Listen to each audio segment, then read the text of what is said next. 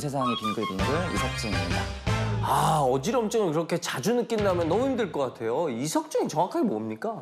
이석증은 이 귀 안에 있는 반고리관에서 이석이 이탈하면서 생기는 질환입니다. 반고리관은 우리 몸의 평형기관 중 하나로 균형을 잡을 수 있도록 하는 역할을 하는데요. 이석은 반고리관 주변에 위치하면서 균형을 유지하고 중력의 변화를 느끼게 하는 물질이죠. 그런데 이 이석이 떨어져 나가면 머리를 움직일 때 신경이 과도하게 자극되어서 크게 움직이지 않아도 온 세상이 빙글빙글 도는 것 같은 심한 어지러움을 느끼게 되는 겁니다. 아, 이석은 대체 왜 떨어지는 거예요? 사실 이석이 떨어져 나오는 원인은 아주 명확하진 않습니다. 다만 외부의 충격이나 바이러스 감염, 약물 부작용, 메니에르병, 귀 수술 등이 이석 탈락을 유발할 수도 있다고 알려져 있죠.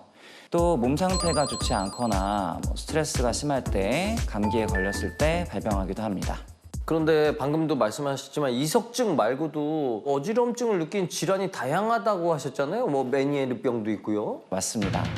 어지럼증을 일으키는 주요 귀 질환은 대표적으로 오늘의 주제인 이석증과 메니에르병, 전정신경염, 뇌염 등이 있는데요. 증상이 비슷하다 보니 헷갈리기가 십상이죠. 그러면 이제 헷갈리지 않도록 각각 어떤 질환인지 설명 좀 부탁드립니다. 귀에는 청각을 담당하는 달팽이관과 균형 감각을 담당하는 전정기관이 있는데요. 달팽이관과 전정기관에는 뇌림프액이 순환하고 있습니다. 이 뇌림프액은 매일 일정한 양이 유지되는데 어떤 이상이 생기면 뇌림프액이 과도하게 증가하는 뇌이수종이 생기고 이로 인해 메니에르병이 발병하는 건데요. 이때는 회전성 어지럼과 청각의 이상이 발생할 수 있습니다. 그러면 전정신경염과 뇌염 어떤 건가요? 네, 전정신경염은 어떤 원인에 의해 전정신경에 염증이 생겨 심한 어지럼과 메스꺼움을 느끼면서 균형을 잡기가 힘들어지는 질환이고요. 귀 안쪽 부위 뇌에 염증이 생기는 뇌염은 세균 감염이나 중이염 등으로 뇌의 기능이 망가질 때 어지러움증이 나타날 수가 있습니다. 오늘 주제인 이석증은 증상이 어떤 게 있나요? 사람마다 증상은 좀 다르겠지만 일반적으로 머리를 위, 아래, 좌우 특정 방향으로 움직일 때 갑자기 일시적으로 증상이 나타나고요. 심한 어지러움증이 수분간 지속될 수 있습니다.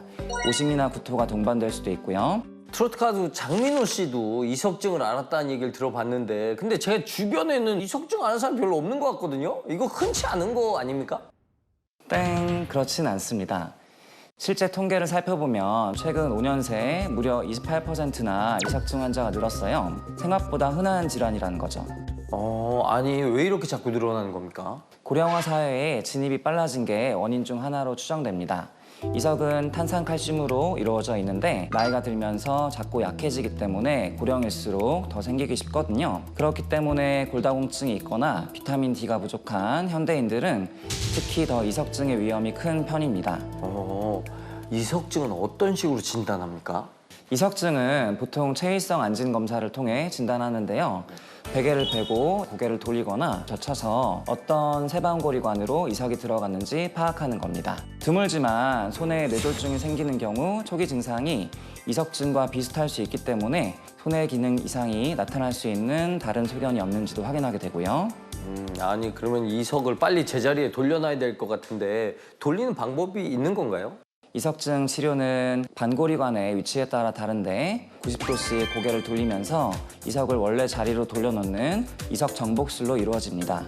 이후에도 어지러움이 남아있으면 약물 치료를 해볼 수도 있습니다. 근데 생각보다 치료법이 간단하네요. 저는 뭐 이렇게 세상이 빙글빙글 도는 질환이라 그래가지고 치료법이 굉장히 어려운 줄 알았거든요. 네, 그렇죠. 이석증은 비교적 쉽게 치료할 수 있고요. 하지만 조기에 치료하지 않으면 만성 어지러움증의 원인이 될 수 있고 생활하는 데 큰 불편함을 느낄 수 있기 때문에 의심되는 증상이 있다면 꼭 전문의를 찾으시고 정확한 원인을 파악해 치료하는 게 중요합니다. 그렇습니다. 그러면은 예방 방법도 알려주시죠. 네, 우선 스트레스를 줄여주시고요. 스트레스가 심한 날엔 가벼운 취미생활 등으로 풀어주시고 머리를 심하게 움직이는 과격한 운동이나 행동, 갑자기 머리를 확 돌리는 행위는 주의해주시고 잘 때 외에는 너무 오랫동안 누워있지 않는 것이 좋습니다. 혹시나 어지러움을 느끼신다면 어지럽지 않은 쪽으로 고개를 돌려 가만히 누워있으면 증상이 나아지는 데 도움이 되니 알아주시면 좋겠습니다.